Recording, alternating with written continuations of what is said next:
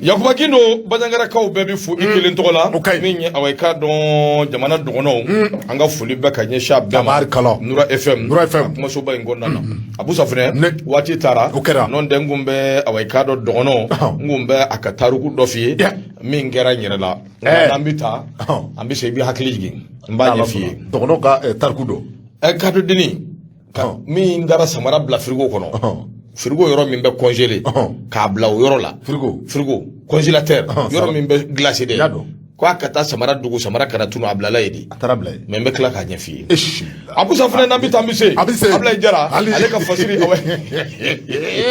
Yakubu ɲini ka kɔrɔ Yakubu tɛ nin kalama Yakubu b'a kalama wallahi n bɛ n kali o kelen ni o kɛra dɛ n b'o f'i ye dɛ an ka tila k'a ni baro bɔ Ablaye Jara a kumana sɛbɛn kɔnɔ sɛbɛn min n'an ko a ma ko l'indépendant Ablaye away k'a dɔn a kumana a ko min ye maa 49 min bɛ yen n'o minɛnen don n'o ye away k'a dɔn kɔnɔwarikaw ka cɛdenw ye n'u minɛna aéroport away k'a dɔn Senu Modibo Keyita tɔgɔ la aéroport min ye away k'a dɔn affaire a bɛ don minɛ ko bi wuli ka jɔ ni cɛsiriw kun kɛra ko ka taa a ko ɲɛɲini yalisa ko bɛ se ka ɲɛ sɔrɔ cogo min Lomé Abu Safinɛ Jara négociation kɔni away k'a dɔn minnu kun bɛ senna away k'a dɔn ko ni sababama bɛɛ Abidjan ani Bamako ni ɲɔgɔn cɛ a ko de siratigɛ la jateminɛ min kɛra o de ye k'a fɔ ko in yɛrɛ kɔni ani sababama bɛɛ délégation min bɔra anw bara ani min bɔra Côte d'Ivoire jamana kan n'u bɛɛ lajɛlen y'u kunda Lomé a ko de siratigɛ la Lomé ale ye away k'a dɔn Togokaw ka capitale a ko nin ko in kɛra jeudi don wa an bɛ don min na ko bi an taara cogo min an seginna ten sabu an ma bɛn ko la min bɛ se k'a to maa 49 min bɛ yen n'o ye sɔrɔsiw ye Côte d'Ivoire tɔgɔ la n'an y'u minɛ away k'a dɔn ni anw kɔni y'a jira k'a fɔ ko mercenaires don min bɛ se k'a to olu bɛ bila parce que a ko n'i ye jateminɛ kɛ k'i b'a ye k'a fɔ min ye Côte d'Ivoire kaw ani away k'a dɔn Mali an bɛ don min na ko bi k'a ko gɛlɛlen don a balan bɛ away k'a dɔn sira dɔw la sira minnu kɔni bɛ yen n'a ma se ka ɲɛ sɔrɔ a ko n'i ye jateminɛ kɛ k'i b'a ye k'a fɔ min ye away k'a dɔn tête à tête ɲɔgɔn ye o kɛra sabu away k'a dɔn min tɛmɛna away k'a dɔn ɲɛmaaba fɛ n'o bɛ Togokaw ka ɲɛmaaba Fori Ɲasin bɛ away k'a dɔn min b'o ko fɔ ani anw ka délégation ani Côte d'Ivoire délégation a bɛɛ lajɛlen lasigira fankelen fɛ away k'a dɔn a ma kɛ ɲɔgɔn fɛ o de siratigɛ la anw ka jamana in kɔnɔna na maa min kun bɛ yen n'o kun bɛ anw tɔgɔ la o ye Ablaye Diop de ye n'ale bɛ Mali ani jamana wɛrɛw ko ɲɛ minisiriso n'a ɲɛsinnen bɛ o ma o tɛmɛnen kɔ ka bɔ yen Côte d'Ivoire kaw fɛ maa min bɛ yen n'o b'u ka défense ko fɔ n'o ye away k'a dɔn Tɛnɛ Ibrahim Ouattara ale de kun bɛ kɛnɛ in kɔnɔna na a n'a ka délégation a ko n'i ye jateminɛ kɛ a jirala k'a fɔ min ye away k'a dɔn fɛn damadamaw bɛ yen minnu kɔni kɛra kunbala ye min kɛra sababu ye min ye sɔrɔsi 49 ye olu bilali away k'a dɔn o kuma o kɔni o don bɛ ngalama na sabu bɛn ma se ka kɛ a la a ko n'i ye jateminɛ kɛ Côte d'Ivoire kaw away k'a dɔn olu kɔni u y'u kan bɔ fan bɛɛ fɛ min bɛ se k'a to ko in bɛ se ka nɔgɔya anw yɛrɛ wulila min bɛ se k'a to ko in bɛ nɔgɔya nka anw ye fɛn dɔw de laɲini Côte d'Ivoire kaw fɛ yen u ka se ka away k'a dɔn o fɔ n'o kɛra ni Ala sɔnna ma fɛɛrɛ bi sɔrɔ a la min bɛ se k'a to ka maa ninnu bɛɛ bila Côte d'Ivoire k'a jira k'a fɔ nin ko min kelen filɛ nin olu nimisara Côte d'Ivoire k'a jira k'a fɔ nin ko min filɛ nin olu de ye away k'a dɔn ko in bɛɛ jubaju ye ko in gɛlɛya a bɛɛ bɔra olu de yɔrɔ Côte d'Ivoire k'a wuli k'i jɔ k'a jira anw na k'a fɔ a bɛ n'i cɛsiri cogo sugu bɛɛ la Mali ani Côte d'Ivoire ni ɲɔgɔn cɛ bɛɛ ani kelenya o bɛ se ka sabati cogo min Côte d'Ivoire ka anw bonya an ka taabolo kan Côte d'Ivoire ka anw bonya an ka yɛrɛma hɔrɔnya kan Côte d'Ivoire ka anw bonya away k'a dɔn k'a fɔ ko u k'a dɔn an ni bonya ka kan o bɛɛ tɛmɛnen kɔ ka bɔ yen Côte d'Ivoire k'a lajɛ sariya minnu bɛ yen sɔrɔsiw kana anw bara jamana kɔnɔ sariya minnu bɛ yen n'o bɛ anw ka jamana sariyaw ko fɔ ani jamana wɛrɛw ni ɲɔgɔn cɛ sɔrɔsiw bɛ se ka na condition min na o condition ninnu Côte d'Ivoire k'o fana lajɛ yalisa ko bɛ se ka nɔgɔya cogo min a ko n'i ye nin bɛɛ lajɛlen tigɛ ka bɔ yen fɛn wɛrɛ bɛ yen fɛn min n'o bɛ ji jukɔrɔ ni o ko kɔni a ma kɛ officiellement nka a kumaw cayalen don kosɛbɛ a jirala k'a fɔ k'o fana o bɛɛ dossier la o fɛn in ye jumɛn de ye min bɛ tali kɛ away k'a dɔn anw ka maa dɔw bɛ yen ni olu kɔni bɛ away k'a dɔn Côte d'Ivoire mara la u ye tiɲɛni kɛ jamana in kɔnɔ i n'a fɔ a fɔra cogo min kiiri tigɛlamaw b'u nɔfɛ n'u tan bɛ ka t'u bugu yɔrɔ n'u da yɔrɔ n'u k'o kɛ Côte d'Ivoire jamana ye o kumana f'a ka lajɛ Côte d'Ivoire ka se ka olu d'a ma kelen min minisiri kɔrɔ dɔ bɛ yen n'o ɲɛsinna anw ka dépense ma n'o bɛ away k'a dɔn cɛman Iber Kulubali ko fɔ a jirala k'a fɔ ko ale daga yɔrɔ o kɛn bɛ Côte d'Ivoire a nɔ minɛnen don fɛn min na o de bɛ away k'a dɔn anw ka sɔrɔsiw minɛn sanni ko équipement militaire a nɔ minɛnen don o sira fɛ a weleli don kɛnɛ in kɔnɔna na o ka bɔ yen Boubou Cissé ale tun ye ministre des finances premier ministre kɔrɔ don a bɛ don min na i ko bi maa caman y'a jira k'a fɔ ko Côte d'Ivoire kɔgɔjida k'a tan bɛ yen kɛ a dagayɔrɔ ye wari min bɛ n'a y'o hɛnɛmu ka t'o management dabɔ o yɔrɔ in na a ko min ye Côte d'Ivoire ani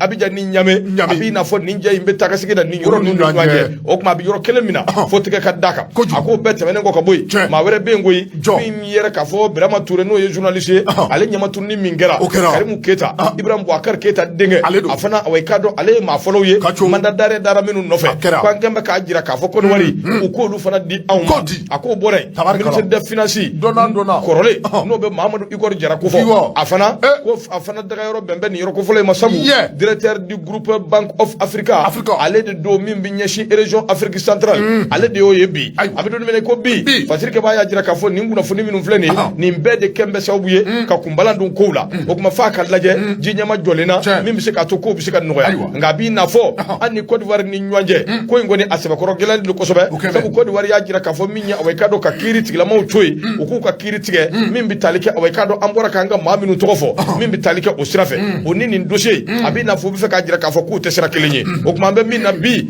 Mali ani Côte d'Ivoire maa 49 kumaɲɔgɔnya bɛ sen na hali bi sababa ma sɔrɔ ko la bɛn ma sɔrɔ ko la wa n'a bɛn sɔrɔla la don min Abu Safunɛ Jara ni Ala sɔnna ma an b'a lase limanaw ma u ka faamuyali sɔrɔ Fajiri filɛ min ye l'indépendant u ka bidon bɔli i bonya b'a la ayiwa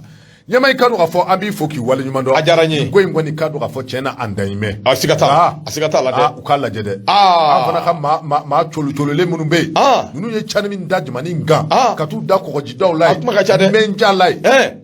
a ka gɛlɛn dɛ u ka ko ninnu lajɛ dɛ n'Ala sɔnna ayiwa Ala ka nisɔn ɲɛma i ka dɔn k'a fɔ ne bɛ bolo don bisimila ne bɔdi sɛbɛn min ni o tɔgɔ ko Nouvelle Horizon k'a dɔn k'a fɔ Demba Conté ale ka sɛbɛn don bamananw ko i k'a dɔn k'a fɔ ko ni kɛlɛ ni a ma kɛ seba ko a ti dɔn a caman na a ti dɔn dɛ i k'a dɔn k'a fɔ parti min bɛ yen ni o tɔgɔ ko MPR mouvement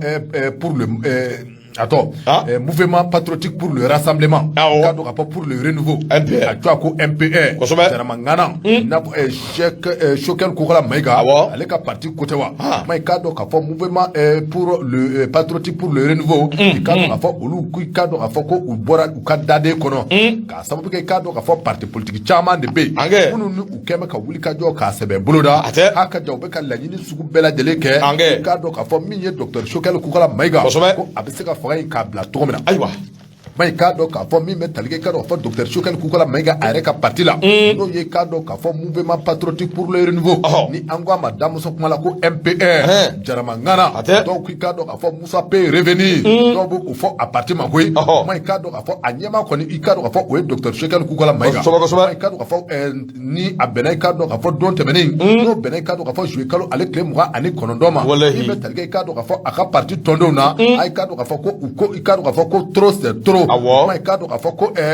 digi da ye dɛnɛ ma i k'a dɔn k'a fɔ ko hakɛ bɛ ko bɛɛ la ma i k'a dɔn k'a fɔ min bɛ tali kɛ nin parti in na u ye wuli ka jɔ u ye a boloda i k'a dɔn k'a fɔ parti minnu bɛ yen ni olu kɛn bɛ k'a ɲini cogo bɛɛ lajɛlen na kɛrɛnkɛrɛnnenya i k'a dɔn k'a fɔ Adema Kɔrɔ ni Adema PASJ i k'a dɔn k'a fɔ parti min bɛ yen ni o bɛ wele ko yɛlɛma ka taa se k'a dɔn k'a fɔ min n'u faralen bɛ jɛkulu la jɛkulu min ni a bɛ wele ko cadre d'échange des partis politiques et des regroupements pour une transition reçue ninnu bɛɛ lajɛlen i k'a dɔn k'a fɔ jɛrɛ jɛkulu ye jɛrɛ jɛkulu minnu bɛ yen sanga ni waati ni u kɛn bɛ ka laɲini bɛɛ lajɛlen sabati walasa i k'a dɔn k'a fɔ anw ka docteur Choguel Kokala Maïga premier ministre i k'a dɔn k'a fɔ chef du gouvernement a bɛ se ka wala k'a sɛbɛn cogo min na mais i k'a dɔn k'a fɔ ninnu ye jalaki dɔw ta ka docteur Choguel Kokala Maïga k'a sɛgɛrɛ waati bɛɛ lajɛlen na i k'a dɔn k'a fɔ kabini transition ni a daminɛna jɛrɛ jɛkulu minnu ni olu jɔ kofɔlen filɛ nin ye ninnu kɔni i k'a dɔn k'a fɔ kabini waati dɔ la ninnu i k'a dɔn k'a fɔ Choguel Kokala Maïga a mana fɛn o fɛn fɔ i k'a dɔn k'a fɔ ninnu bɛ a contre la a mana waleya ta i k'a dɔn k'a fɔ ninnu bɛ a ma sɔsɔ koyi i k'a dɔn k'a fɔ Choguel Kokala Maïga a yɛrɛ ka parti ni o ye MPR ye i k'a dɔn k'a fɔ ko olu y'a jira k'a fɔ ko trop c'est trop i k'a dɔn k'a fɔ ko digi da ye dɛnɛ o kuma i k'a dɔn k'a fɔ olu tɛna to u ka daden kɔnɔ kuma u na bɔ sa ka ni maa ninnu k'u jaabi ninnu kɔni y'a jira k'a fɔ k'a dɔn k'a fɔ maa minnu filɛ ni u ɲɛma kelen bɛ bi ka kɛ Choguel Kokala Maïga ma i k'a dɔn k'a fɔ ko dɔwɛrɛ tɛ dɛ bɛɛ lajɛlen bɛ a kalama k'a fɔ Choguel Kokala Maïga maa dɔn maa min ni a hakili juru a sɛbɛ caana ni bɛ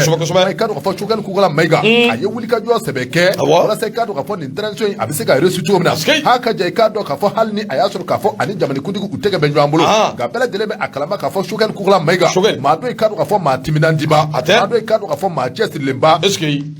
i ka dɔn k'a fɔ maa don i ka dɔn k'a fɔ ni a bɛ ka fɛɛrɛ ni dabali bɛɛ lajɛlen tigɛ walasa i ka dɔn k'a fɔ transition in a bɛ se ka sankɔrɔ ta cogo min na transition in a bɛ se ka kɛ réussite totale ye an bolo cogo min na i ka dɔn k'a fɔ Choguel Koukala Maïga waati dɔ la i ka dɔn k'a fɔ ko u ye vidéo dɔ sarada i ka dɔn k'a fɔ bɔlɔlɔ sanfɛ k'o ti dɔwɛrɛ dɛ Choguel Koukala Maïga a b'i n'a fɔ a ko i bɛ tali kɛ i ka dɔn k'a fɔ parti politique la k'u ka wuli ka jɔ k'a kɛ walasa i ka dɔn k'a fɔ échange électoral nataw dɔw bɛ tali kɛ i ka dɔn k'a fɔ kalafili minnu ni olu bɛ CESE la ka na i ka dɔn k'a fɔ u ka fɛɛrɛ ni dabali bɛɛ lajɛlen tigɛ min bɛ tali kɛ i ka dɔn k'a fɔ kumamugubaw la ani i ka dɔn k'a fɔ n t'a sidɔn kow la u ka olu dabila teza i ka dɔn k'a fɔ ka taa kalafili ka taa a labɛnw kɛ yɛrɛw ka niveau la walasa u ka se ka gagner Choguel Koukala Maïga waati min na a ye nin kɔrɔfɔ in fɔ a b'i n'a fɔ nin kuma in i ka dɔn k'a fɔ nin digilen bɛ politique maaw caman na i ka dɔn k'a fɔ o tɛmɛnen ani bi cɛ i ka fɛɛrɛ ni dabali bɛɛ lajɛlen tigɛ walasa i ka dɔn k'a fɔ Choguel Koukala Maïga a bɛ se ka fanga bila cogo min na kuma i ka dɔn k'a fɔ parti min ni o bɛ Choguel yɛrɛ to a la ni o ye MPR ye ni kɔni y'a yira k'a fɔ ko Choguel Koukala Maïga a ma fɛn fɔ min ni fɔta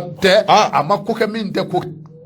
kɛ bali ye i y'a faamu o tuma Choguel Koukala Maïga ko i k'a dɔn k'a fɔ a ka parti tɔndenw ko i k'a dɔn k'a fɔ ninnu kɔni i k'a dɔn k'a fɔ ko u kɛn bɛ ka Choguel Koukala Maïga u b'a fɛ k'a sɛgɛn koyi u b'a fɛ k'a tɔɔrɔ k'a sababu kɛ i k'a dɔn k'a fɔ u ka politique hakilinaw tɛ kelen ye o tuma Choguel Koukala Maïga a kɛn bɛ ka baaraba minnu boloda kɛrɛnkɛrɛnnenya i k'a dɔn k'a fɔ min ni a bɛ wele ko refondation i k'a dɔn k'a fɔ a bɛ o baaraw la i k'a dɔn k'a fɔ jamanikuntigi a ma tigɛ Choguel la wa i k'a dɔn k'a fɔ min bɛ tali kɛ Choguel Koukala Maïga la a ka baara taacogo a ka di jamanakɔnɔden caman ye minnu filɛ nin ye nin gɛlɛya in na bi i k'a dɔn k'a fɔ ɲita ɲininaw don wa i k'a dɔn k'a fɔ u bɛ fɛɛrɛ ni dabali bɛɛ lajɛlen de kan ka tigɛ walasa Choguel Koukala Maïga a bɛ se ka fanga bila cogo min na Asiri filɛ nin an ye min bɔ i k'a dɔn k'a fɔ Nouvelle Horizon kɔnɔ débat contre ale ka sɛbɛn don Abou Safinɛ Jara n'i ye Nouvelle Horizon bila KTZ ne b'ale ka fakiri ta Abou a bɛ les rayons a b'o kɔnɔ bi les rayons kumana a ko awa i k'a dɔn anw ka gouvernement min bɛ anw kunna bi dɔ ka fara a kan a ka walankata awa i k'a dɔn o kuma de bɛ sen na yalima n'o dun kɛra anw ka premier ministre min ye awa i k'a dɔn ale ka lahaliya n'a ka taabolo o bɛ cogo di e ko awa i k'a dɔn a tɛ bisi basa la sa wa i n'a fɔ i bɔra k'i da don a la Choguel Koukala Maïga a ko n'i ye jateminɛ kɛ décret min bɛ yen n'a bɔra président de la transition yɔrɔ n'o bɛ tali kɛ colonel Assimi Goïta n'a y'i kɛra awa i k'a dɔn juillet kalo tile 21 san 2022 ni maa minnu bɛ yen maa 26 min bɛ yen n'olu kan ka don CNT la conseil national de transition n'o kuma fɔra a ko kabi o bɔra bi bɛɛ kɛn bɛ k'i ɲɛ maanabɔ bɛ ka ɲɛsin yɔrɔ min ma o bɛ Mali gouvernement a b'o de kofɔ sabu maa caman bɛ k'i yɛrɛ ɲininka yalima nin ko min kelen filɛ nin assise nationale ye min ɲini CNT awa i k'a dɔn maa 26 min kan ka fara kan o kɛra ka gouvernement fana a jirala k'a fɔ k'o fana o kan ka walankata ni ka dayɛlɛ maa ka don a kɔnɔ a k'o de siratigɛ la n'i ye jateminɛ kɛ i b'a ye k'a fɔ min ye nin ko bɛɛ lajɛlen a kuma kɔni cayalen don kosɛbɛ gouvernement yalima awa i k'a dɔn dɔ mana fara kan premier ministre kura an bɛna o de sɔrɔ wa to min sigilen don a bɛ kɛ ni dɔ farala gouvernement ka premier ministre bɛ changer mais premier ministre bɛ se ka changer ka tila k'ale reconduire o fana non o gouvernement mana ci le président peut porter sa confiance o fana ye tiɲɛ o fana ye tiɲɛ donc o ye toujours hali n'o kɛra o ye maa kura de o fana ye tiɲɛ o ye Choguel kura ye fɔ ko Choguel kura nana Choguel 1 Choguel 2 Choguel 1 Choguel 2 c'est vrai point final c'est vrai an ka taa point final ayiwa an déclare a ko kama ko n'i ye jateminɛ kɛ k'i b'a ye k'a fɔ min ye ɲininkali min don n bɔra ka min kɛ n'i y'a jaabi ɲininkali in de bɛ maa caman da an bɛ don min na i ko bi sabu maa caman bɛ yen minnu kɔni bɛ yen ni awa i k'a dɔn olu bɛ Choguel kɔ bɛɛ kɛn bɛ ka wuli ka jɔ kɛ k'a fɔ ko fo yɛlɛmali awa i k'a dɔn k'o ka kɛ sabu premier ministre kura ko o bɛ tabali sanfɛ a k'o de siratigɛ la a maa ci da o da min ye awa i k'a dɔn jamana bɛ taabolo min kan i ko bi fɛn caman bɛ yen minnu kan ka lajɛ a k'o de siratigɛ la ni hakili b'a la jumadon juin kalo tile 17 projet de loi min bɛ yen n'o ye awa i k'a dɔn loi électorale o kɔni o tɛmɛna a tɛmɛna cogo min e yɛrɛ bɔra a kalama sabu a donni kama maa caman wulila bɛɛ y'i ta fɔ bɛɛ ko min ye awa i k'a dɔn président de la transition k'a tɛna i tɛgɛ nɔ bila sɛbɛn in na nka ala barika la président de la transition a y'i tɛgɛ nɔ bila sɛbɛn in na tɛgɛ nɔ dama tɛ koyi min ye awa i k'a dɔn ko min ye a ni Choguel a n'a ka gouvernement k'a b'i n'a fɔ ko a ye sɔsɔli kɛ ne ka ɲɛsin olu ma ayiwa Sunjata jɔn don Bakari Nangeya Boakari voilà ça c'est Boakari Bete Sunjata a nan bɛ Jata a nana a furu dun a ka fisa o ɲɛna a diyara n ye nka congé ko in de bɛ k'a tɔɔrɔ furu ka fisa nka congé diya in de bɛ k'a tɔɔrɔ ni article banna a nana bonjour di sa kɛ a bɛ kɛ tari a ma se micro kuma ye fɔlɔ de akanga disika doni vode bonjour droit nota yoronde bashite o kuma busa fune jala ambe mena ko bi kuma injale du sabu minya away kado kaba do ma chama be minu mbe ka dofo o de sira tigala minya away kado M5 RFP awa oluko ni be tablo minga ko bi olu de kera shawbuye uni away kado jamana dev bela jele farale nyama ka fere ni de balu tige min bi se ka to away kado jamana nyama koro min gumbe anguna bi se ka wuli ka bo anguna chugomi ngani je temineke ale M5 RFP kele ma do be minu ngoni kembe ka wuli ka joke kabi doni mina away kado president de awa loi électorale kabi do ma isebende ay bulu noke ala ma do kembe ka wuli ka joke sabu shogel ina fu ya jira chugomi ka da ko ni be fala kono bi aboti ka wati bela jele akode sira tigala cadre min be no e cadre d'échange des partis et regroupement des partis politiques ulu ko ni je temineke ulu ko ni ya jira ka foko shogel ka kata ka boy EPM Sembola Espérance Nouvelle Digia Kura APR NVPM Asma CFP ICAP Yelema ADRP CNDR Parti Awekado Mali Emergence CVCRT Ananyo Anachama Amasono do refa ko shogel daye fala kono bindi ka ye kuma fo mo min na mangu fo abusa funa jara ni ye nimbe fara nywanga fasiri ka bako ako nimbe ye kuma de kuma minu mbisi ka to ma bisi ka kala turu ka fo ko shogel ko la maiga ko ala ban ko abita sabu ni ye jatemeleke minye Union Nationale des Travailleurs du Mali no ye UNTM ale fana wulila ako bengan fenfembe min tabena gouvernement anika do ulu ni nywanje ko ka laje a bengan nunu ka bela jele ka kabla bala o be temene ngo ka boy ma do ya jira ka fo ko sorasu ko kere ma do be ko lu ko ku ni shogel ku tse ka barake abu ni mbe kuma wi nga ni je temene ke baye ka fo loi électorale away kado ale temena chugomi hali no ya soro gouvernement fana away kado akunyi wuli ka joke ka ba mancha farida ka fenja mon fo ona tabe président away kado ale ko ni loi électorale ale ya lateme minya away kado ni ngoy akuma ka chako sobe nga fasiri ka ba ko ako away kado ambi donu mi ko bi shogel ko wala maiga na manya ka fo ni ngo bebe sena fenwero fana be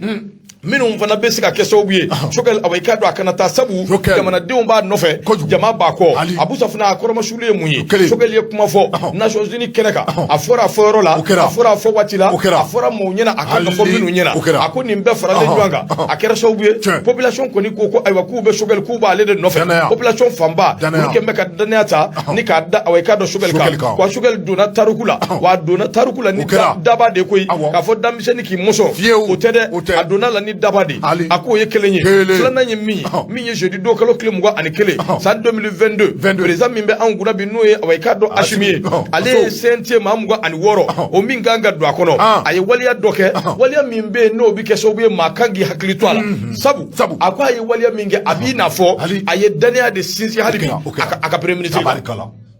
dana kura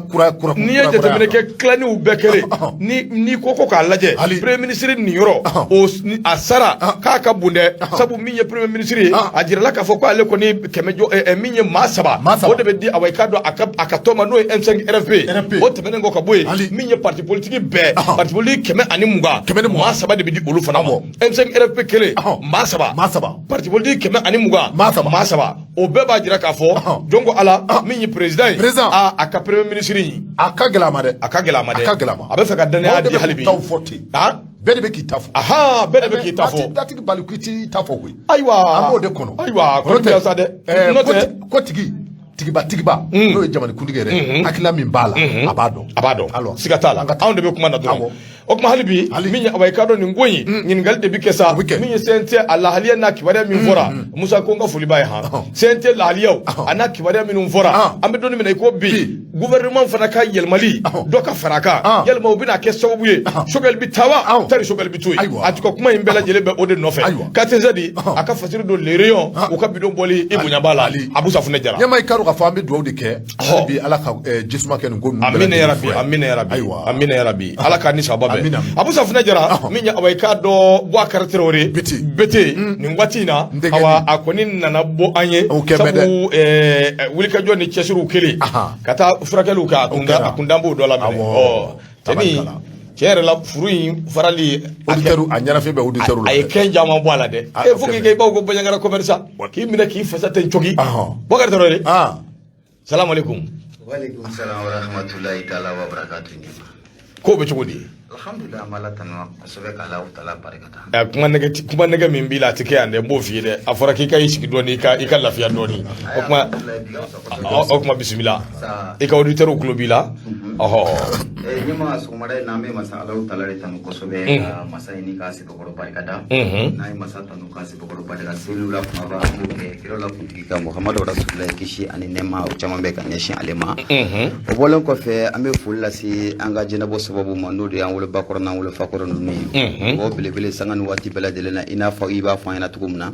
ambo kulu ka kala ka dugo belebele ninku o nyino ulufe kosoba ni ame nyona kuma kala te ma ifta soro mi la melegala jeklu de bila sigatala maliko no foka tabla mu maliko kanala ambe fulita ninku o bela de ninku o segere kosoba nyamani wati na fuli belebele amata ni folo ka nyesi nura fm nyama suma ko sabke kabi doni mun kama mu ye fargan awulla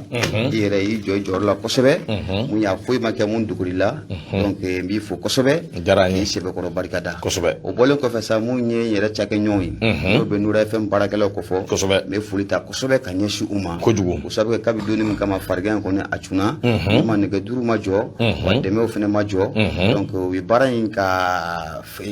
fanga dama kosobe kairana ka fo ko nura fm ne ambe do dakelen fe ka bo dakelen fe donc kum kono la mu nura fm barakala o me fulita ninku bela jelen ku o segere no fene bora samu ya lamele kala jekule maliko no fokata bla mu maliko kanala ka damne fargan damne fokana bla bila ni masangan wati bela jelen na vokalu be soro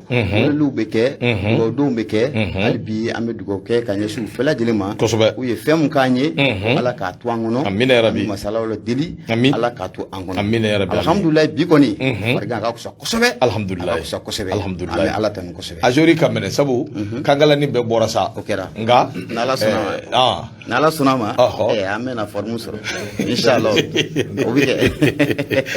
bakar toro beti ajarani manga foli bi yere amba fi ki reposer ni ala sunama abe noya ni ala sunama ambe na nyon soro ya mali mano yere nyembe I kangulu ni akembe ba ko banyangara commercial nyon fi o ay feme fora nya be mo Johnny abu ye mun fo ani yere fene mun fo nya be me donc ça fait ba ba to fana bi la be kana ngama quoi mala ben folo ni la ben dumna bon ti avi abu bo ma ta de ma de bembulu wallahi abu kana de mon ami ambo ke nyokona mon ami ko kuma tian ajaranye donc mamba tu qui reposer merci beaucoup ko ka foli la sima auditeur be ko ki fo ko ni chesiri donc man halbisa ambe foli la si irama ajaranye abu safne ok mana saminya o kado ningu ye boakar tro beti ambe se ka fo ni watina anana kana bwanye ok mamba fo ka waliman ko ani chesiri ka ni bara vraiment kanga fuli ani tanui ko beka nyeshama ko ne ko awai kado ka trori anga musukoro ba fana anga fuli ani tanui anga la sama ka bete balimo befu sabu ninyi banadu jedu aye awai kado ni ala minga ukai me nindo ambora kalama ka don ka fo kamale ni ye mai maya mi mbala anfa an taye engineer ka kula sabu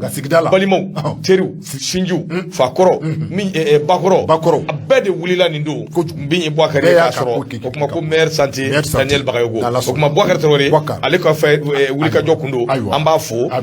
kwa ni chasiri kwa la kanwake abu safne kuna funi tasuma do negela angata nyame karu ka fo bete ale bismillah ngoro ko fe ka do ka fo membolo do membolo sebe mini o joko Zenith Balé ka do ka fo ni Ousmane Coulibaly ale ka sebe do akui ka do ka fo Manvi ka do ka fo ni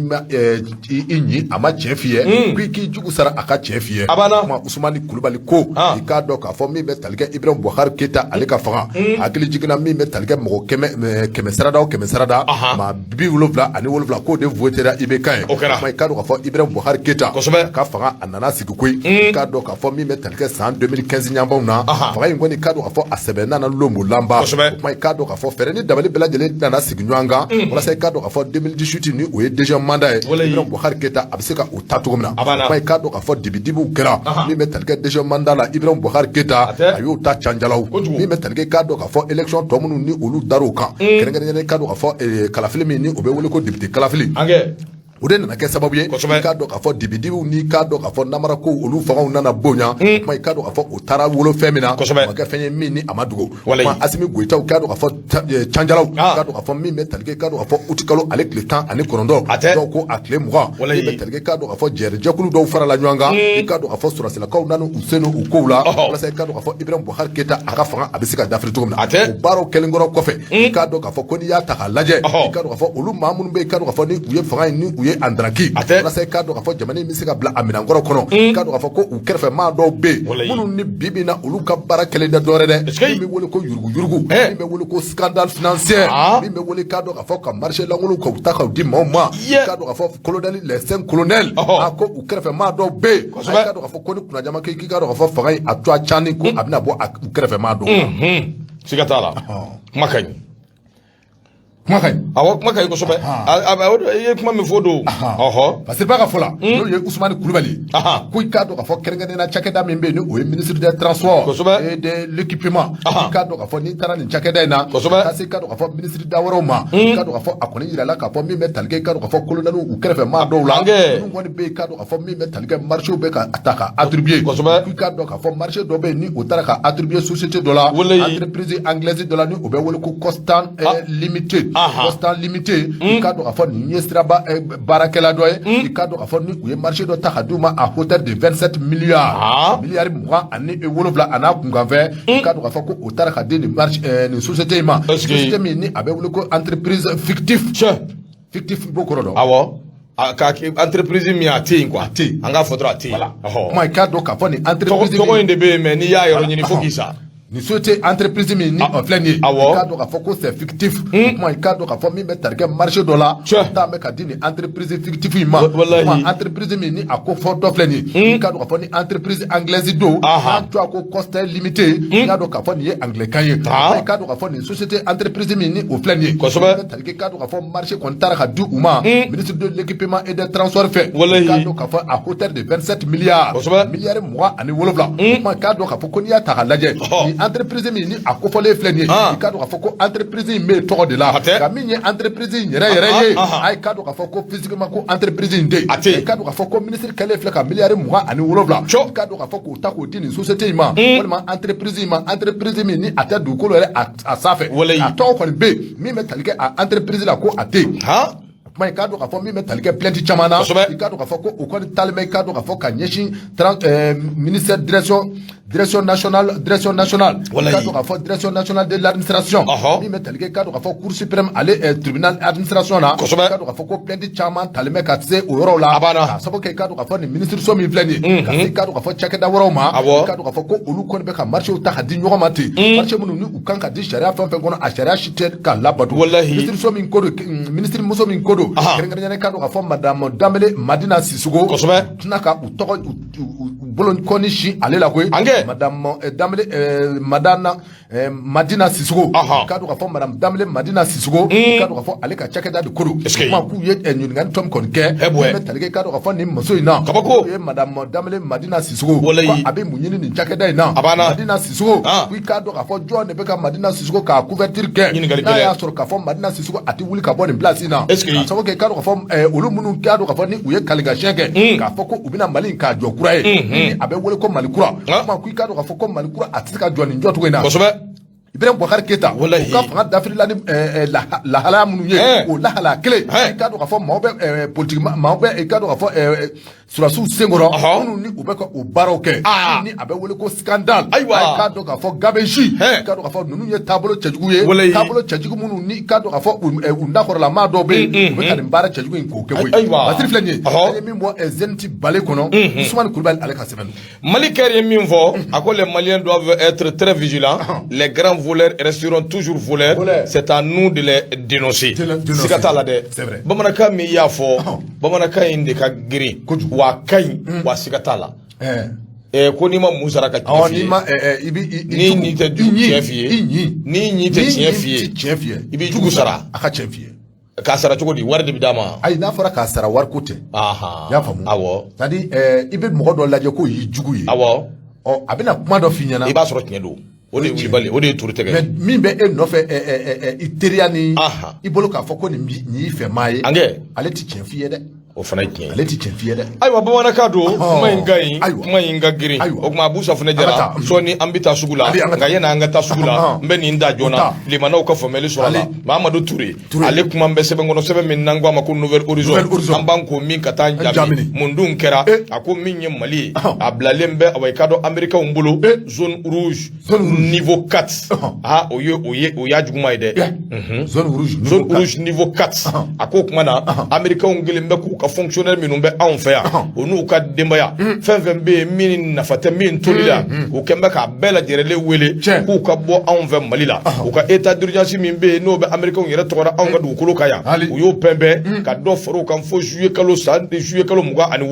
san 2023 a ko n'i ye jateminɛ kɛ États-Unis u ye awa i ka dɔn tabale gosi ka kangari da kan kɛ k'a jira k'a fɔ min ye awa i ka dɔn anw ka la capitale n'o bɛ Bamako kofɔ k'i ka dɔn olu ka awa i ka dɔn sikasiga min bɛ yen ani sira min bɛ yen k'i ka dɔn a barika bonya n'a ko la kosɛbɛ sabu min ye awa i ka dɔn anw ka la capitale gosili min bɛ yen n'a fɔra k'o bɛna da kan Américains kɔni kelen bɛ k'o ta sɛbɛ la k'o yanga awa i ka dɔn fo ka sira k'o ta k'o boli awa i ka dɔn o sira fɛ a k'o de kama attentat terroriste awa i ka dɔn min kɛra sababu ye ka kan yɛrɛ n'o bɛ Kati kan k'o lasɔrɔ o kɔni kɛra sababu ye min ye awa i ka dɔn gouvernement min bɛ yen n'a bɛ Amérique tɔgɔ la olu ye Mali ta ka Mali bila danger yɛrɛ fo ka niveau kɛ niveau 4 ye a k'o kuma na u ye wulikajɔ min kɛ o de ye k'a laɲini u ka awa i ka dɔn maa fɛn fɛn bɛ yan n'o ye fonctionnaire ye u n'u ka denbaya n'o bɛ Amérique tɔgɔ la n'u bɛ anw fɛ yan ni nafaba t'u la n'u toli yan nɔ ni awa i ka dɔn a jagoyalen tɛ k'a fɔ baara jɔnjɔn de b'u bolo u bɛ se ka min kɛ yan k'a ɲininen bɛ a bɛɛ lajɛlen fɛ k'u ka bɔ anw ka ba Maliba in kɔnɔ u k'u kunda Amérique kan teliya la a ko de kama n'i ye jateminɛ kɛ i b'a ye k'a fɔ président min bɛ yen n'o bɛ Amérique tɔgɔ la n'o ye Joe Biden a ye décret dɔ signé décret min b'a jira k'a fɔ état d'urgence min bɛ yen n'o bɛ anw fɛ yan Amérique tɔgɔ la i k'a dɔn ko dɔ ka fara a kan n'i hakili b'a la kabini san 2019 gouvernement min bɛ yen n'a bɛ Amérique tɔgɔ la olu kɔni ye awa i ka dɔn Mali u y'a jira k'a fɔ lakanabaliya o ɲɔɲɛni dɔ yan kosɛbɛ o kuma décret présidentiel dɔ wulila ka état d'urgence k'o sɔnsɔn min ye awa i ka dɔn anw bara yan Côte d'Ivoire disons Amérique tɔgɔ la a ko kuma na dɔ wɛrɛ tɛ koyi k'u ka maaw wele fɛn fɛn bɛ yen n'i ye Américain ye n'i bɛ anw ka dugukolo kan k'i cogo dɔn min ye awa i ka dɔn k'a janto i yɛrɛ la k'i hakili to i yɛrɛ la a ko kuma na min ye décret a kurayara juillet kalo 22 san 2022 ka san kelen awa i ka dɔn k'o fara kan a ko n'i y'a lajɛ ni min filɛ nin ye ni awa i ka dɔn a kuraya a nana bɛn ni waati min ni awa i ka dɔn Mali anw yɛrɛ ka taabolo dɔw bɛ yen an bɛ bisibasa la sabu attaque jugubaw awa i ka dɔn o ɲɔgɔnna caman o ɲɔɲini bɛ awa i ka dɔn anw fɛ a ko a jirala k'a fɔ min ye awa i ka dɔn situation Mali kɔnɔ k'i ka dɔn k'a fɔ ko ninnu k'a bɛna gɛrɛntɛ wa o de siratigɛ la ninnu kɔni filɛ ka wulikajɔ kɛ ka ninnu bɛɛ lajɛlen awa i ka dɔn k'o ta a ko n'i y'a lajɛ jumadon kalo 29 san 2022 Américains ka département u y'u ka maaw bɛɛ wele fɛn fɛn bɛ yen ni awa i ka dɔn i bɛ a Mali kɔnɔ yan ni cogoya t'i bolo yalima awa i ka dɔn ni toli n'o tɛ jagoya ye k'a bɛɛ welela a bɛɛ ka sigi ni ka taa Amérique i m'a ye sa bon nin bɛɛ ye fɛn dɔ de ye n'a ka di bɛɛ ka maaw papa de a ye n ko kabako don c'est-à-dire n bɛna fɛn wɛrɛ f'i ye ka fara gafe in kan min bɛ gafe in kɔnɔ min b'a jira i la k'a fɔ a tɔ ye bɛnbɛnbɛn de ye ka ɲɛsin Mali ma Amérique m'o fɔ wa o waati kelen in na min ye awa i ka dɔn États-Unis ale ka kumakan in bɔlen kɔ min ye awa i ka dɔn an musokɔrɔ n'o bɛ kɔmuso kofɔ la France sinamuso awa i ka dɔn k'a fɔ Faransi fana wulilen don k'a ɲini a ka maaw fɛ fɛn fɛn kɔni ye Faransɛ ye ka bɔ awa i ka dɔn Faransi k'a fɔ i b'i kunda Mali kan i k'o dabila i ka na Mali in kɔnɔ o tɛmɛnen kɔ u ka minisiriso min bɛ yen n'o ye affaires étrangères o fana y'a kibaruya in bɔ k'a bin kalo 27 n'o ye juillet kalo o tɛmɛnen k'o tila k'u ka mɔgɔw wele minnu bɛ yan k'u jantu yɛrɛ la min bɛ se k'a to awa i ka dɔn u b'u kɔlɔsi k'a dɔn k'a fɔ Mali bɛ taabolo min kan i n'a fɔ an bɛ don min na i ko bi o kumana fasiri Mahamadu Ture a ka fasiri don Abu Safunɛ États-Unis Faransi la même chose a f'u ye ko anw barajuruw bi yan a bi yan anw tɛ taa fansi anw bi sa yan n'u bɛ taa u ka taa manbolojuguda in kan ninnu bɛ taa de n'a ka di u b'i bara o cɛ u yɛrɛ b'a fereke k'a nɔɔni ka tila ka taa k'i to jɔjugu kɔnɔ mais a f'u ye ko yan ye Sunjata ka dugu ye a bɛ ɲɛnabɔ anw bi yan an ti taa wa a bɛ ɲɛnabɔ u kana dɔw ma dɛ n'a ka di u ka Amérique yɛrɛ ci u ka ci ça c'est leur u ka ci ka dakolo n'a ka di u ka Faransi yɛrɛ bɔgɔbɔgɔ u ka Faransi bɔ carte yɛrɛ kan nin ye mun subaya ye anw datɔ tɛ nin tɛ subaya yɛrɛ ye y'a ye sa u bi maaw papa ni nin kumaw de walahi ils sont tous ka segin dɛ yayiwa Malikɛri filɛ k'o de fɔ k'u ye nin kelen de kɛ Éthiopie awɔ ko foyi ma kɛ Éthiopie foyi ma kɛ k'an ka an ta di Ala ma foyi fana tɛ kɛ anw fɛ yan ayi foyi a da ye tɛmɛnenw ye ngo wa ni fasoden dɔw bɛ n'u bɛ nin lakalisa ayiwa i b'a ye saba ba n y'a fɔ aw ye ayiwa bi ta a don ta mais non c'est pas ça foyi ti yan ayiwa an bɛ dugawu kɛ min bɛ anw da la u yɛrɛ ka ko dilannen don ka nin fɛn kuntan sugu minnu filɛ nin k'o bila anw da la u yɛrɛ ka waleyaw de don a n'u ka ko dilannenw o de don kɔlɔnjugu yɛrɛ a bɛ kara yɛrɛ kɔnɔ an bɛ bɛnbɛrɛ Fatimu fo Fatimu ka foli bi yan k'a ni cɛsiri k'a ni baara bɛnbɛrɛ kɔnɔ bɛnbɛrɛ kunari k'a ka foli kɛ ka Gindo fana fo ka waliɲuman dɔn n'o ye an ka ɲɛmaaba ye coordinateur ba o ye bɛnbɛrɛ o t'i ka ɲɛmaa ye aw ye n ka ɲɛmaa ye e tun b'a fɔ k'i bɛ dɔgɔnɔw ka fɛn dɔ bɛ yen dɔgɔnɔw ka situwari e hakili b'o la hali bi yan basi o tuma n bɛna f'i ye n'an bɔra sugu la n'an nana dɔrɔn n b'a ɲɛ f'i ye anw ka ɲɛmaa min bɛ yen min fana bɛ anw ka koɲɛw ani kɛnɛma partenariat c'est à dire anw ka relation ni kɛnɛma maaw ka relation k'o bɛɛ fara ɲɔgɔn kan a n'an ka sɛbɛnden bɛɛ ko ɲɛnabɔba o de ye Jarason Jara ye ale de nan bɛ a ka nin verre in ka ɲi dɛ tabarikala nin verre in ka ɲi a yɛrɛ labɛnnen don kunkolo in peɲɛ bɛ ka ɲɛ ale école karamɔgɔlama de don bi dɛ i b'a fɔ ko muso a tɛna kɛ ni o dɔ o tɛ misi bɛɛ olu ye sanfɛ girimaw université ninnu ni lycée ninnu ni école-soba ninnu olu ka cours bɛ di yen awɔ don n'a natɔ la misi bɛɛ bɛ ten o misi yelen bɛɛ bɛ tan o mais Jarason you speak English yayiwa a bɛ anglais kan mɛn a b'o mɛn tabarikala alimadu dɔɔnin f'o la n'a b'o mɛn Guten Tag yayiwa Guten Chiller ayo a b'o mɛn jumɛn tuguni arabu marabuka e ma fɔ ko arabu wa o t'o ye wa jumɛn amaba chinois ujin tawo Xinjiang o ye ujin tawo ye sini bɛɛ ka ɲi koyi ça c'est sûr ça i ye min fɔ sisan nɔgɔ wala dɔw yɛrɛ fɔ tuguni sa dɔw yɛrɛ fɔ tuguni ayiwa an ka to tan an ka taa sugu la ka na wɔlɔfɔ a bɛ sɔn ka so la o wɔlɔfɔ kɔni tɛ a bɛ sɔn ka so la olu ka nɔgɔ a ma kɔni tɛ o ka nɔgɔ kojugu ala n bɛ dugawu kɛ ala k'a ni sababa bɛn dɔgɔnɔw i bɛ se olu ka kan dɔgɔnɔw siya o ma olu mana foli daminɛ o tɛ tila koyi ni n'u ye foli daminɛ kuntagala ka jan dɛ n'u ma tunu ɲɔgɔn na ni min fɔlɔ ye foli dabila i fa bisa i ba bisa ni min f'u ka tunu ɲɔgɔn na o de la o de y'a to i bɛ dɔgɔnɔ la taa dabila tant que n'a y'a kɔsi n'a ɲɛ bɛ tokili na i b'a mankan de ma da jukɔrɔ po sɛw ma aba sɛw kɔrɔkɛ sɛw po ana sɛw aba sɛ po hi ha he po a banna fo ka t'u tunu ɲɔgɔn na n'u tunna ɲɔgɔn na sa o tuma na a bɛ dabila donc ni min fɔla a dabila awɔ ni fɔlɔ y'a dabila i fa bisa i ba bisa o ye dɔgɔnɔw ye oui effectivement n ye nin jateminɛ o la voilà kabali ale k'i ka fiɲɛ ni bɔ a sen kɔrɔ an ka taa sugu la sɔni an bɛ ɲɔgɔn sɔrɔ yan ayi blogu tɛ te in na dɛ Koyima kɔni ye te yɛrɛ o de ye Koyima ye blogu t'a la dɛ a te tɛmɛ Koyima kan pila t'a la oui awɔ Abu Safunɛ o tuma an bɛ sigi ka na kumaso in kɔnɔ an bɛ foli lase awɔ i k'a dɔn an ka maa bɛɛ lajɛlen ma min ye Semoriba Moriba an ka Moriba fo sa awɔ an bɛ ka foli b'a ye Seydou Tapili Burama Butirima an ka foli bɛ a fana ye min ye awɔ i k'a dɔn Nura FM ale kumasoba in kɔnɔ nin waati in na te Koyima Jabala min ye awɔ i k'a dɔn k'u bɛɛ fo k'u bɛɛ waliɲuman dɔn min ye Abubakar Tanja ko a ni cɛsiri ko ani baara ko a ni ce groupe Tanja k'a maa bɛɛ fo k'a bɛɛ waliɲuman dɔn ka foli lase min ye an lamɛnbaa bɛ yɔrɔ yɔrɔ k'a fɔ a bɛɛ lajɛlen ɲɛna k'a ni baara Basigine Keyita an ka foli ba ye Alhaji Sukuba Samake Pere Oto an b'a fana fo k'a waliɲuman dɔn Abu Safunɛ an ka taa ayiwa ɲɛma i ka dɔn k'a fɔ ne bɛ n bolo don ne bɔli sɛbɛn min ni o cogoya ko l'indépendant ka kɛ ni u ka bi sɔgɔmada bɔli ye i ka dɔn k'a fɔ utukalo ale tile fɔlɔ i ka dɔn k'a fɔ nin ye A Danbele ale ka sɛbɛn ye i ka dɔn k'a fɔ ministre min ni o ɲɛsinnen bɛ i ka dɔn k'a fɔ jo sariya ko i ka dɔn k'a fɔ ani sariya ko bɛɛ lajɛlen ma ani adamadenw ka hakɛ ko u bɛ wele ko ministre de la justice so garde so Amadu Kasoge i ka dɔn k'a fɔ ko a ye instruction di o tɛ dɔwɛrɛ dɛ i ka dɔn k'a fɔ min bɛ tali kɛ a kɔni ye bataki bɔ a ye i ka dɔn k'a fɔ ci tigɛ min bɛ tali kɛ magistrat la i n'a fɔ min bɛ tali kɛ i ka dɔn k'a fɔ maa minnu bɛ yen ni a y'a sɔrɔ k'a fɔ olu bɛ don kaso la i ka dɔn k'a fɔ ni u bɛ minɛ ka don kaso la a ka jan a mana kɛ doncogo ye k'a dɔn k'a fɔ a kɔni ye min fɔ a ka baarakɛlaw ye n'o bɛ tali kɛ k'a dɔn k'a fɔ magistrat la ani k'a dɔn k'a fɔ procureur i k'a dɔn k'a fɔ maa minnu ni olu bɛ don kaso la délai raisonnable tɛ dɔwɛrɛ dɛ i bɛ tali kɛ k'a dɔn k'a fɔ waati kɛrɛnkɛrɛnnen dɔ kan ka di u ma waati jɔnjɔn dɔ kan ka di u ma k'a dɔn k'a fɔ walasa u ka kiiriw ka se ka tigɛ a ka ja u ka se k'u ka liberté provisoire walima liberté k'a dɔn k'a fɔ u ka se k'olu sɔrɔ k'a dɔn k'a fɔ min bɛ tali kɛ ministre de la justice Mamadou Kasoge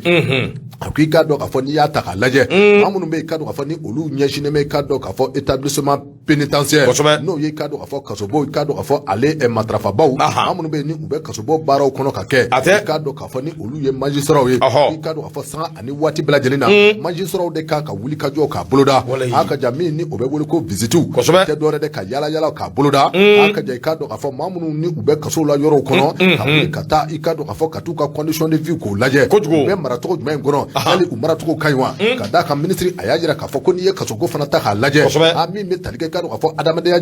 taabolo dɔw kan ka labato a kɔnɔ a ka ja hali n'a y'a sɔrɔ ko k'a fɔ maa a ye kojugu kɛ hali ni a y'a sɔrɔ k'a fɔ a bɛ kaso la sarakisɛw y'a jira k'a fɔ ko ani makanba dɔw fana ka kan a ka ja o makanbaw tɛ dɔwɛrɛ bilacogo bɛ u kɔnɔ a ka ja i k'a dɔn k'a fɔ kiiri a tigɛ joona o fana bɛ u kɔnɔ i k'a dɔn k'a fɔ a ko a bɛ instruction des ministres ma kɛrɛnkɛrɛnnenya i k'a dɔn k'a fɔ procureur ma i k'a dɔn k'a fɔ ka taa se régisseur des maisons d'arrêt ma ani k'a dɔn k'a fɔ juge d'instruction ani procureur de la république min bɛ tali kɛ k'a dɔn k'a fɔ juge min fana bɛ wele ko juge d'instruction k'a dɔn k'a fɔ k'u ka fɛɛrɛ ni dabali bɛɛ lajɛlen tigɛ a ka ja maa minnu bɛ u bolo kasow la k'a dɔn k'a fɔ u ka fɛɛrɛ ni dabali bɛɛ lajɛlen tigɛ a ka ja u ka se ka bila u ka droit kɔnɔ cogo min na o ti dɔwɛrɛ k'a dɔn k'a fɔ u ka kiiriw ka kɛ a kɛ waati n'a y'a sɔrɔ k'a fɔ maa min ka kiiri ni a kɛra a kɛ waati k'a dɔn k'a fɔ min ni liberté ka kan walima min ni liberté provisoire a ka kan k'a dɔn k'a fɔ o ka di o tigiw ma o di waati la walasa k'a dɔn k'a fɔ kaso a kana fa k'a dama tɛmɛ kojugu walima k'a dɔn k'a fɔ a kana kɛ sababu ye min b'a to min bɛ tali kɛ u ka hakɛw n'u ka droits la k'a dɔn k'a fɔ o fana ka se ka kɛ fɛn ye min ni a bɛ taa lagosi cogo min na Masiri filɛ nin an ye min bɔ k'a dɔn k'a fɔ indépendant kɔnɔ a danbele ale ka sɛbɛn Abu Safunɛ Jara ni ye indépendant bila ne bɛ taa min ye Inter de Bamakɔ n bɛ taa o ta cɛw n bɛ na da kɛnɛ kan Inter de Bamakɔ o kuma n bɛ yɔrɔ min bɛ yen n'an ko a ma ko focus u ka awɔ i k'a dɔn o kuma n'o de kan ministère de la sécurité Abu Safunɛ Jara min ye awɔ i k'a dɔn an bɛ don min na ko bi fasodenw bɛ kasi la fasodenw tɔɔrɔlen don fasodenw yɛrɛ t'a dɔn u b'u ko min ni ka t'o jaabi Abu Safunɛ o ma sɔrɔ dɔwɛrɛ fɛ ni awɔ i k'a dɔn i ka carte d'identité n'o date de banna Abu Safunɛ maa min fa i yɛrɛ fa sabu carte d'identité Abu Safunɛ o ti sɔrɔla an bɛ don min na ko bi a sɔrɔli ye awɔ i k'a dɔn sɔrɔtu tigɛ ye Fasirikɛba ko a ko min ye awɔ i k'a dɔn nin ko bɛɛ lajɛlen ye maa dɔ de ye nin sababu jugu ye sabu a tigilama a ye jamana in da de k'a kantigɛ ka jamana in kɛ c'est tout c'est fini o de siratigɛ la a ko min ye Ibrahim Boubacar Keita ale ka Mali i k'a dɔn k'a fɔ k'o kun ye caverne de Ali Baba k'a kun bɛ o i k'a dɔn o sira de kan a ko munna sabu min ye Mali Ibrahim Boubacar Keita awɔ i k'a dɔn ale kun bɛ Mali mara i b'a fɔ ko tiɲɛ fa tiɲɛ i k'a dɔn k'a fɔ jamana in kun mara n bɛ awɔ i k'a dɔn o cogo de la a ko fɛn bɛɛ lajɛlen kun bɛ taa Ibrahim Boubacar Keita de fan fɛ a bɛ taa laban yɔrɔ min o ye awɔ i k'a dɔn a ka jiginɛba ye n'o y'a ka compte ye a k'o de siratigɛ la waati min na a surula ko bɔ nana kɛ fɛn caman galama jaa anw bɛ ka wuli ka jɔ min kɛ carte d'identité a marché kunta n bɛ ka di maa min ma o de ye awɔ i k'a dɔn anw ka sɔrɔ bosoba dɔ ye anw ka disiba dɔ n'u b'a wele ko alu tumuta alu tumuta carte marché k'a kunta n bɛ ka di alu tumuta de ma alu tumuta yɛrɛ ye jɔnni président directeur général PDG graphique industrie k'a kunta n bɛ ka di o de ma nin marché min filɛ nin Abu Safunɛ ko ala kan'a to i ka bɔ nin marché ninnu dɔw di cogo ani nin marché ninnu dɔw kɛ cogo ala kan'a to i ka bɔ o kalama sabu marché ninnu awɔ i k'a dɔn a dira n'i ye jateminɛ kɛ min ye nanzarakan o de don koyi c'est marché qui lui a rapporté plus de 10 milliards de francs CFA par an.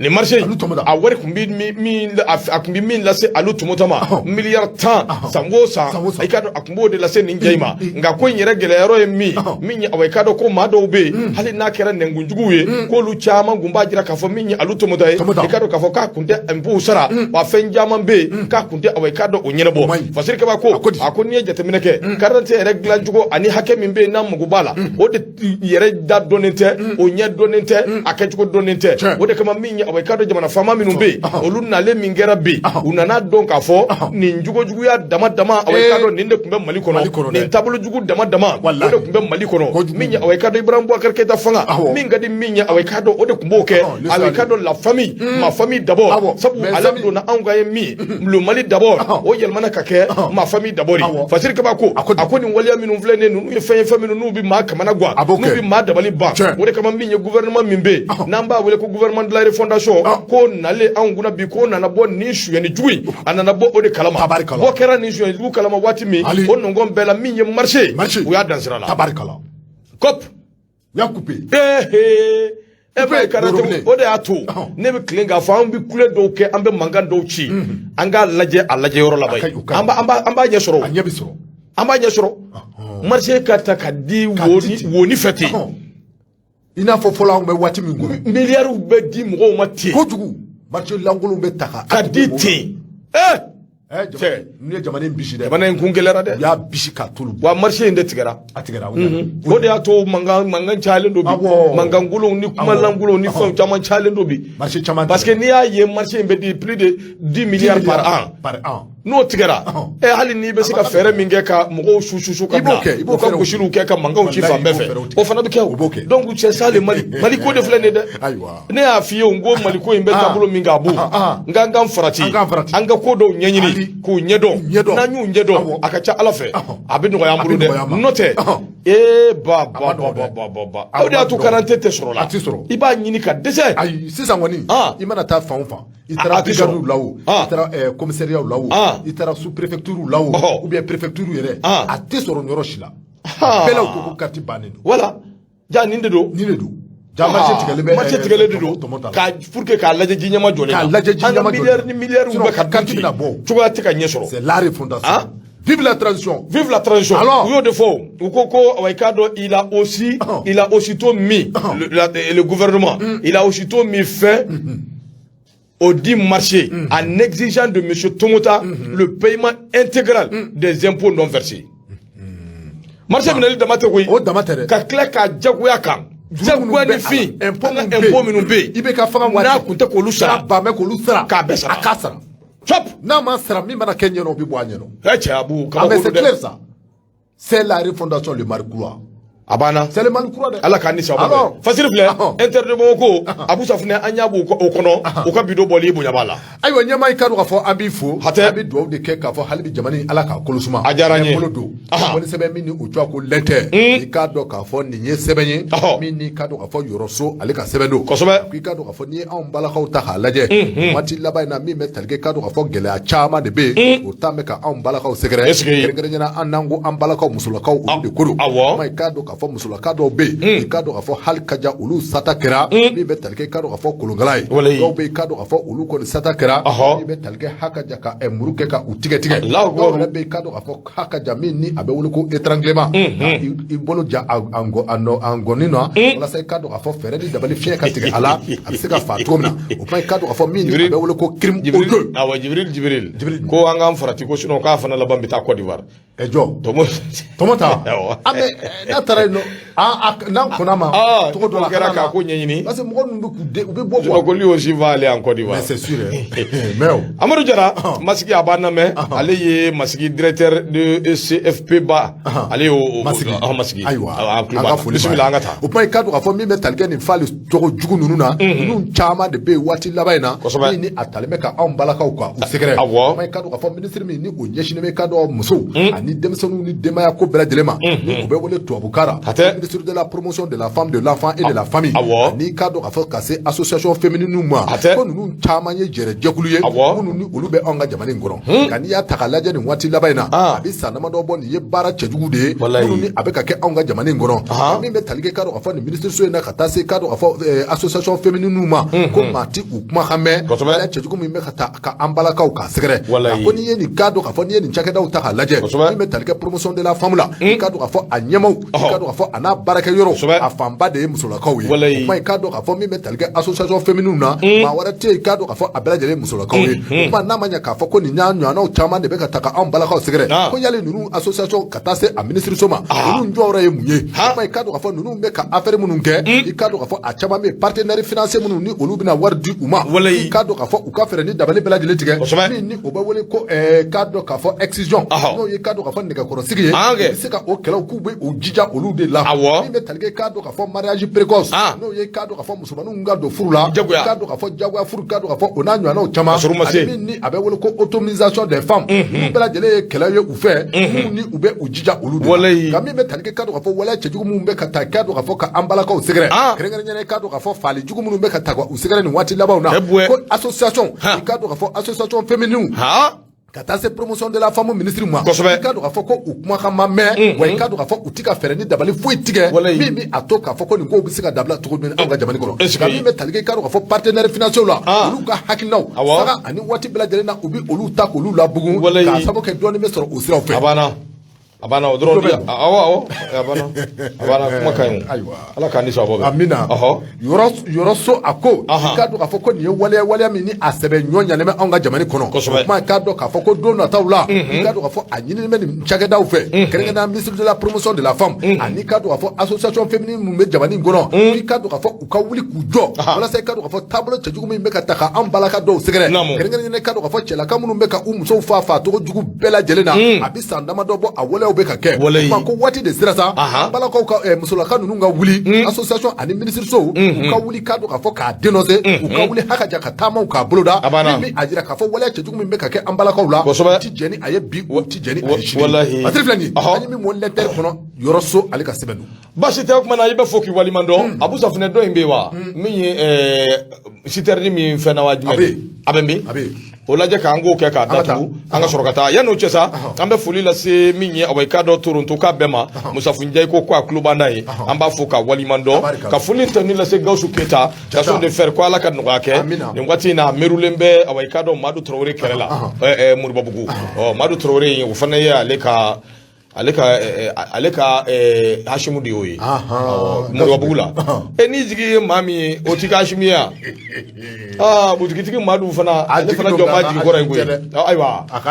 jɔnba jigi kɔrɔ ye an ka foli b'a fana ye ko a ni cɛsiri k'an bɛ Jɛnɛka bɛɛ fo ko Jɛnɛ fana bɛɛ bɛ k'an lamɛn an bɛ Jɛnɛkaw fo bisimila i k'a dɔn k'a fɔ o bari a ko i k'a dɔn k'a fɔ min bɛ tali kɛ indépendant na kosɛbɛ ale kɔni i k'a dɔn k'a fɔ Bako Jikɔrɔ nin waleya cɛjugu in a kɛra ye Bako Jikɔrɔ ni k'a dɔn k'a fɔ nɛgɛ kaɲa 10 ani 6 waati i k'a dɔn k'a fɔ daramu ni o ye k'a dɔn k'a fɔ dabali bango i k'a dɔn k'a fɔ ko cɛjuguba dɔ kɛra a kɛra i k'a dɔn k'a fɔ juillet kalo ale tile 30 nɛgɛ kaɲa 10 ani waati wa waleya a kɛra Bako Jikɔrɔni commune 5nan anw fɛ Bamakɔ yan kosɛbɛ i k'a dɔn k'a fɔ min bɛ tali kɛ k'a dɔn k'a fɔ waleya cɛjugu in na i k'a dɔn k'a fɔ waati min na waleya cɛjugu in a bɛ kɛ kosɛbɛ ko nɛgɛ kaɲa 10 ani 6 a baaraw kɛra o waati la o ma min bɛ tali kɛ citerne dɔ la citerne k'a dɔn k'a fɔ minnu ni k'a dɔn k'a fɔ waati bɛɛ la gidɔrɔn yɔrɔ minnu ni olu sɔgɔlen bɛ saga ni waati k'a dɔn k'a fɔ ninnu bɛ bɔ ka o baaraw kɛ i k'a dɔn k'a fɔ gidɔrɔn yɔrɔ min ni a cannen bɛ Bako Jikɔrɔ k'a dɔn k'a fɔ u tun bɛ munumunu zalow la walasa k'a dɔn k'a fɔ o baaraw bɛ se ka kɛ cogo min na a kɛra nɛgɛ kaɲa 10 ani 6 waati parce que b'a fɔ k'a dɔn k'a fɔ bilan kɔni k'a dɔn k'a fɔ cani caman kɛra a kɔnɔ direction générale de la protection civile k'a dɔn k'a fɔ ni k'a dɔn k'a fɔ o kɔni y'a jira k'a fɔ moto 10 ani 2 Baɲango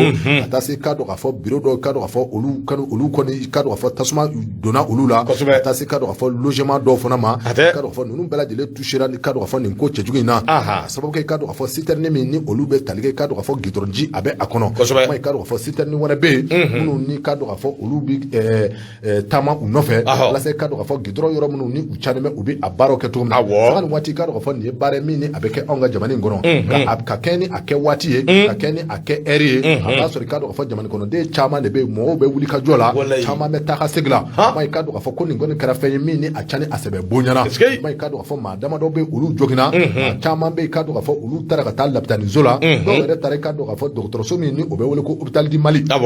dɔw taara o yɔrɔw la i ka dɔn k'a fɔ dɔw taara i ka dɔn k'a fɔ Gabriel Touré la hakaja dɔw fana taara fɔ Ponge k'a sababu kɛ i ka dɔn k'a fɔ ka kɛɲɛ ni u ka état de santé u ka bana kɛcogo bana a cogoyaw la min ka jugu ni min ye min ka jugu ni min ye o kan ka taa dɔgɔtɔrɔso min na i ka dɔn k'a fɔ u ye fɛɛrɛ ni dabali bɛɛ lajɛlen tigɛ ka taa o yɔrɔ la i ka dɔn k'a fɔ jɛrɛjɛkulu min ni o bɛ quartier Mali Cuala Bamakɔ olu k'u ka dɔn k'a fɔ u bɛ a ɲini autorités fɛ hakaja nin baara in kɔni ye baara cɛ ɲuman ye i ka dɔn k'a fɔ ni u ma ɲɛ kɔ i ka dɔn k'a fɔ Sori Jakite ale de ko ten koyi i ka dɔn k'a fɔ ni u ma ɲɛ nin baara in kɔ u ka to ka baara ninnu kɛ i ka dɔn k'a fɔ su ale waati la waati min na maaw kɔni dalen bɛ a ka ca a fɛ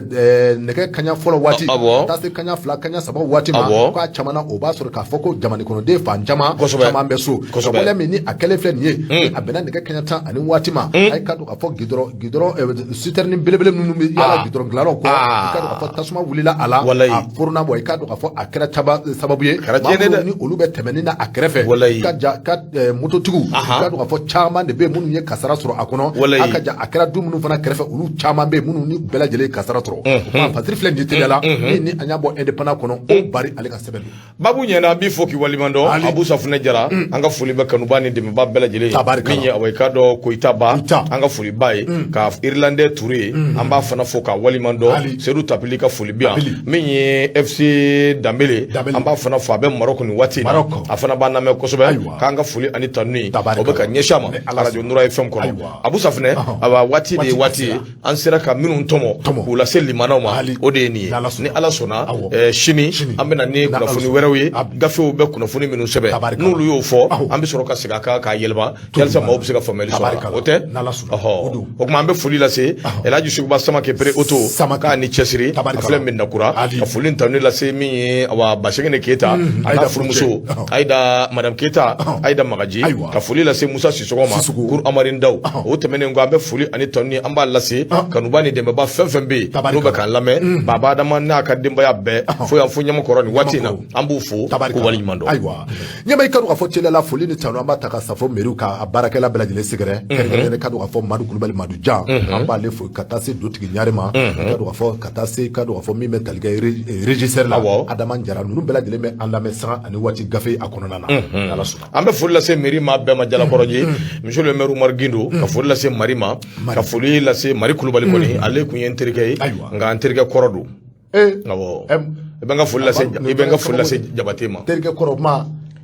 awɔ c'est mon anciens amis awɔ ni Amandidi awɔ c'est mon anciens amis awɔ ayi bon teriya fana a bɛ lombo laban anga bamananw ko a bɛ lombo laban a ti bɔn pewu kuma hali bi teriya in je pense que a bɛ sen nɔ ayiwa basi tɛ komi ne de bɛna a to sen nɔ an tɛna la a bɛ sen nɔ a fɔra de o a bɛ lombo laban de o tuma an bɛ Jalakɔrɔji mairie baarakɛla bɛɛ an b'a bɛɛ fo a bɛɛ waleɲuman dɔn ka foli lase Sambu Kulubali ma awɔ n yɛrɛ denkɛni k'a bɛɛ ala clé général Sambu awɔ galon b'a la bon ni ale ka problème min awɔ Gawusu terikɛ ale ka problème min n'i y'ale fo bon k'a tɔgɔma fo dɔrɔn a bɛ kɛlɛ kɛ a tɔgɔma dɔ b'a bolo yen o b'a ka yɔrɔ la yen n'i y'o fo dɔrɔn bon o ye kɔnba ye quoi tiɲɛna o danger